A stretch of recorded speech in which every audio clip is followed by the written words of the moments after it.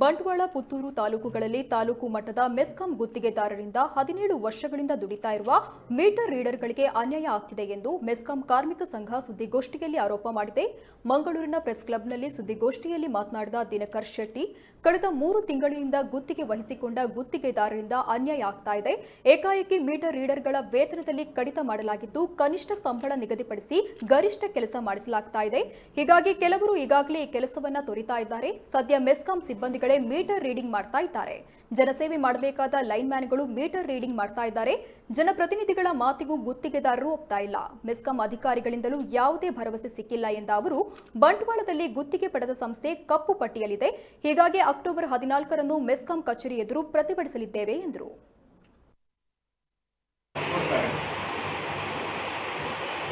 ಅದರಲ್ಲಿ ಉಡುಪಿ ಜಿಲ್ಲೆ ಆಗಲಿ, ದಕ್ಷಿಣ ಕನ್ನಡ ಜಿಲ್ಲೆ ಆಗಲಿ, ಬೇರೆ ಬೇರೆ ಜನರು ತಾಲೂಕು ಮಟ್ಟದಲ್ಲಿ ಗುತ್ತಿಗೆಯನ್ನು ಪಡ್ಕೊಳ್ತಾರೆ.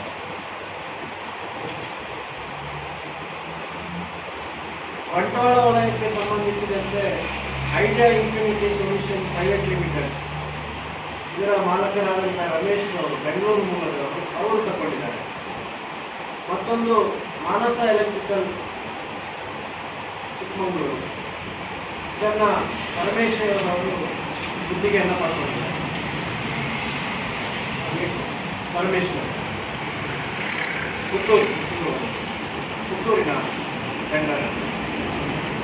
ನಾವು ಬಂಟ್ವಾಳ ವಲಯದಲ್ಲಿ 101 ಜನ ಮೀಟರ್ ರೀಡಿಂಗ್ ಮಾಡ್ತಕ್ಕಂಥ ಕೆಲಸವನ್ನು, ಅದೇ ರೀತಿ 66 ಜನ ಪುತ್ತೂರಿನಲ್ಲಿ ಮಾಡತಕ್ಕಂಥ ವ್ಯವಸ್ಥೆ ಸುಮಾರು 17 ವರ್ಷದಿಂದ ಮಾಡಿಕೊಂಡು ಬರ್ತಾ ಇದ್ದಾರೆ. ಸುಮಾರು 17 ವರ್ಷದಿಂದ 17 ವರ್ಷದಲ್ಲಿ ತುಂಬಾ ಜನ ಟೆಂಡರ್ ತಗೊಂಡಿದ್ದಾರೆ. ಆದರೆ ಯಾರೂ ಕೂಡ ಎಲ್ಲಿ ಕೂಡ ಕಾರ್ಮಿಕರಿಗೆ ದ್ರೋಹ ಮಾಡ್ತಕ್ಕಂಥದ್ದು, ಅನ್ಯಾಯ ಮಾಡ್ತಕ್ಕಂಥದ್ದು ಎಲ್ಲಿ ಕೂಡ ಇಷ್ಟ ತನಕ ಮಾಡಲಿಲ್ಲ. ಯಾವುದೇ ಸಮಸ್ಯೆ ಇದ್ರೂ ಕೂಡ ಬಹಳ ತುರ್ತಾಗಿ ಪರಿಹಾರ ಮಾಡಿ ಕಾರ್ಮಿಕರಿಗೆ ಸಿಗಬೇಕಾದಂಥದನ್ನು ಕನಿಷ್ಠ ವೇತನವನ್ನು ಕೊಡ್ತಕ್ಕಂಥ ವ್ಯವಸ್ಥೆಯನ್ನು ಮೊದಲಿನವರು ಮಾಡಿದ್ದಾರೆ. ಈ 2 ಟೆಂಡರ್ ತಗೊಂಡವರು ಮಾತ್ರ ಇವರೇನು ಮಾಡಿದ್ದಾರೆ, ಕಳೆದ 3 ತಿಂಗಳಿಂದ ಇವರಿಗೆ ಮೀಟರ್ ರೀಡಿಂಗ್ ಮಾಡ್ತಕ್ಕಂಥ ವ್ಯವಸ್ಥೆಯನ್ನು ಮೆಸ್ಕಾಂ ನೋಡ್ಕೊಂಡಿದ್ದಾರೆ.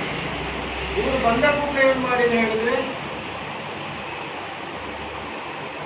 ಏಕಾಏಕಿ ಇವರು ಕೆಲಸ ಮಾಡ್ತಾ ಇರುವಾಗಲೇ ಒಂದು 20-30 ಜನ ಹೊಸಬರನ್ನು ಕರೆಸ್ಕೊಂಡು, ನಿಮಗೆ ನಾಳೆಯಿಂದ ಇವರಿಗೆ ಮೊದಲಿಗೆ ಟೆಂಡರ್ ಇದ್ದಾಗ 14,000 ಸಿಕ್ಕಿದೆ, 14,000 ಮತ್ತೆ ಎಕ್ಸ್ಟ್ರಾ 1,800 ಮನೆ ಕೊಡ್ತಿದ್ರು.